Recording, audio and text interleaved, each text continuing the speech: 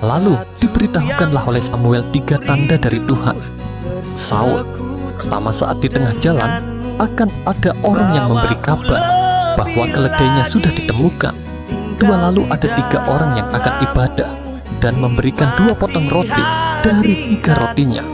Dan yang ketiga, saat melewati Gibea Saul, akan temu rombongan nabi dengan membawa rebana dan kecapi, dan dia akan kepenuhan menari bersama-sama mereka seperti seorang nabi.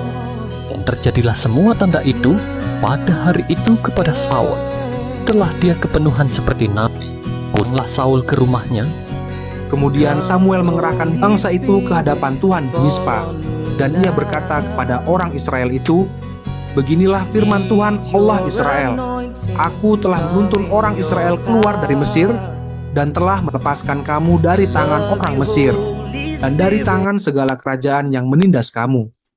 Tetapi sekarang kamu menolak Allahmu yang menyelamatkan kamu dari segala malapetaka dan kesusahanmu, dengan berkata, 'Tidak, angkatlah seorang raja atas kami.' Maka sebab itu, berdirilah kamu di hadapan Tuhan, menurut sukumu dan menurut kaummu." Lalu Samuel menyuruh segala suku Israel tampil ke muka. Maka didapati suku Benyamin. Sesudah itu disuruhnyalah suku Benyamin tampil ke muka menurut kaum keluarganya. Maka didapati kaum keluarga Matri.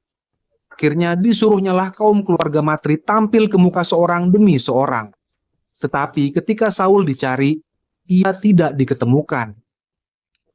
Lalu bertanyalah Samuel Tuhan, "Apa orang itu juga datang kemari?" Tuhan menjawab, "Sesungguhnya ia bersembunyi di antara barang-barang. Berlarilah orang ke sana dan mengambilnya dari sana." Dan ketika ia berdiri di tengah-tengah orang-orang sebangsanya, ternyata ia dari bahu ke atas lebih tinggi daripada setiap orang sebangsanya. Dan Samuel berkata kepada seluruh bangsa itu, "Kamu lihatkah orang yang dipilih Tuhan itu? Sebab tidak ada seorang pun yang sama seperti dia di antara seluruh bangsa itu." Lalu bersoraklah seluruh bangsa itu demikian, "Hidup raja."